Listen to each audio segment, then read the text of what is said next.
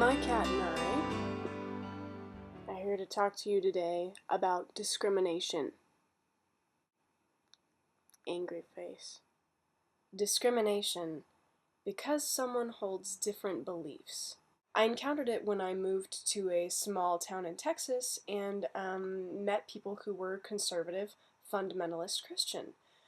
I was a Christian, but I was discriminated against because I held slightly different interpretations of a few verses, and I felt that women could have a leadership position in the church, even possibly preaching and teaching children. Say it isn't so! And I saw the negative reaction that rippled through currents of this same small community when a grandmother learned that my husband interpreted Genesis 1 and 2 differently and accepted the fact of evolution. Some kids stopped being allowed to come to the youth group that we led, the Christian youth group. These are the kinds of reactions you can get when you're still part of the Christian fold.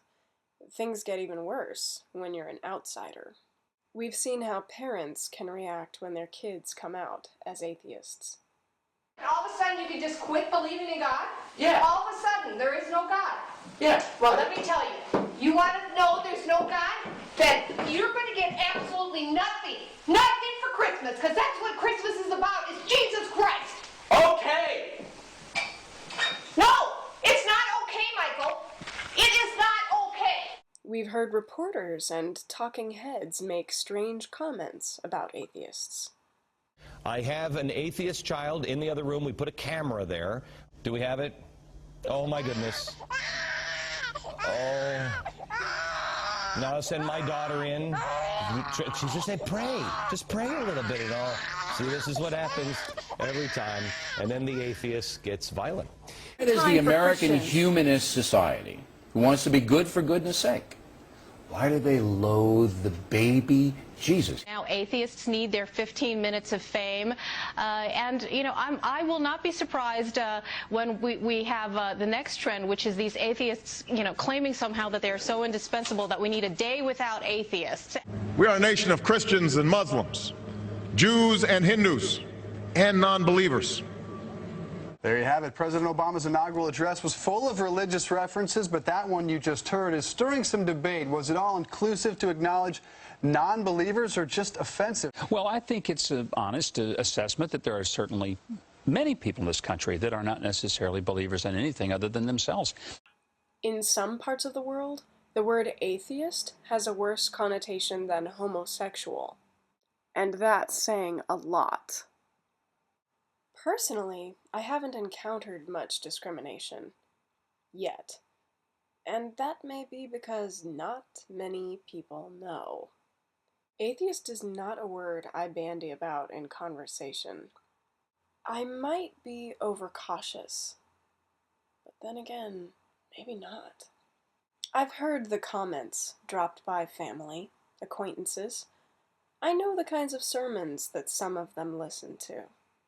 I remember I was speaking at the Center for Geopolitical Strategy in Russia, full of atheists. They'll be pretty hostile, and they sure were. They were going like this the whole time I was talking.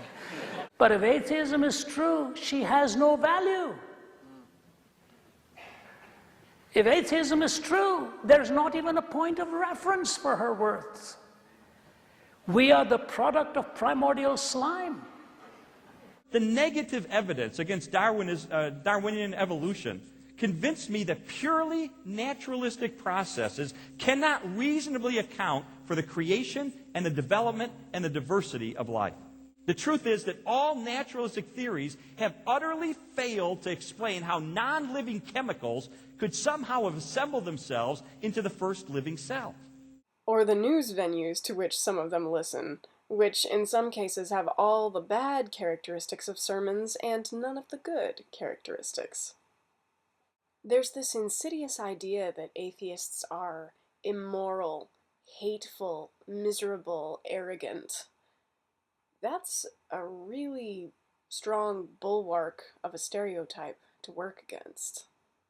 But dropped comments and uneasy misunderstandings, those are nothing compared to the outright hostility that some of our fellow humans experience just because they don't subscribe to any particular religion.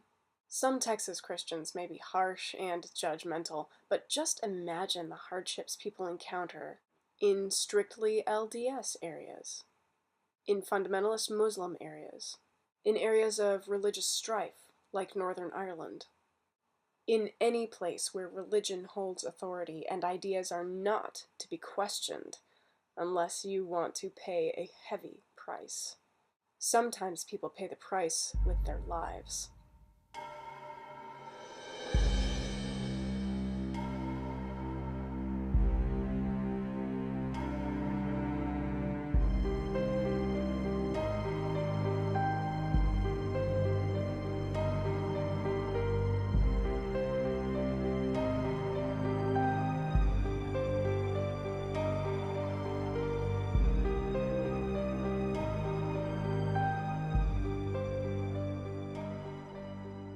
Free thought and secularism are looked on with hostility, suspicion.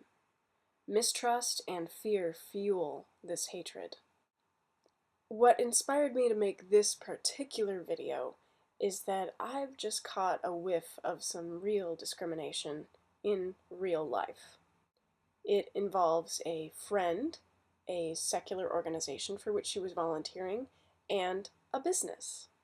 A business which, after months of amiable cooperation, turned suddenly, mysteriously, extremely uncooperative, scuttling the project on which they had been collaborating. It seems someone decided she didn't want to work with a specifically non-religious organization. Unfortunately, it's the kind of discrimination that doesn't leave a good paper trail. It's subtle, untraceable, but apparent to those closely involved. This incident reminded me of stories that I've heard while volunteering with Camp Quest. One of the campers had a favorite elementary school teacher. Halfway through the year, the teacher happened to find out that the girl was non-religious, and then everything changed. Imagine this sweet little girl going to class and suddenly getting the cold shoulder from her favorite teacher.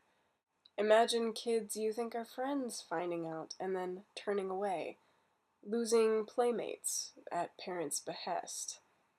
What a crushing blow to a young developing human. I'm also reminded of a friend I made recently. He took his faith seriously, and so he studied and pursued it like any sincere person of faith would. But what he discovered tried his faith so utterly that he could no longer believe. Now his wife and his best friend, his in-laws and acquaintances are shunning and abandoning him, all because he personally, for his own reasons, rejected a few beliefs which they accept. This shows that on a deep level, discrimination is actually about the person doing the discriminating. It's a fear reaction. In you, they've come face to face with the fact that other people have different worldviews. That someone could have entirely different beliefs and still lead a wonderful, meaningful life. That their worldview might be wrong. They're having to think about something they'd rather not examine too closely. Rather than deal with their own conflict, they externalize their turmoil and hate you. They kick the messenger, and that is one of the most cowardly reactions a human can have. Some of us are lucky enough not to have to deal with discrimination. Some have to deal with worse discrimination than others. Have you ever experienced discrimination personally? What were the circumstances surrounding this discrimination? Do you think that where you live has an effect on the kind and amount of discrimination you experience? I urge you to share your experiences with others. Make a video, shout it out loud. I invite you to post it as a response to this video. Even if it's a short response, or even if it's just in the comments section, let people know. Tell people, expose discrimination. Talk about it. Let it be known that this happens, from the subtle hints to the outright conversations and confrontations to the dangerous, the life-threatening. The more we look this problem squarely in the eye, the more it shrinks back. It is a cowardly problem. The more people have to face that this discrimination happens, the more they'll have to figure out why it happens, what the motives are. The more prejudice is exposed, the more people will have to face the fact that discrimination against someone based on his or her belief or lack of belief in a deity or in the supernatural is just as much a crime against humanity as discriminating against someone based on his or her gender or ethnicity or sexual orientation. You can help make it easier for people everywhere to find refuge in ration rather than in their superstition. Make a video, tell your story. Let's shed some light on this problem and help others. Peace.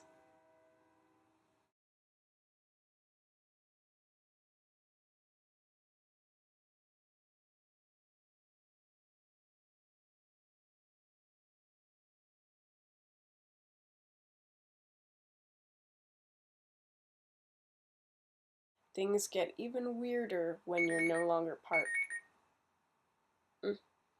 In you. Oh, that was interesting. My stomach grumbled. Kitty says, don't hate. Say it again, Kitty. Don't discriminate.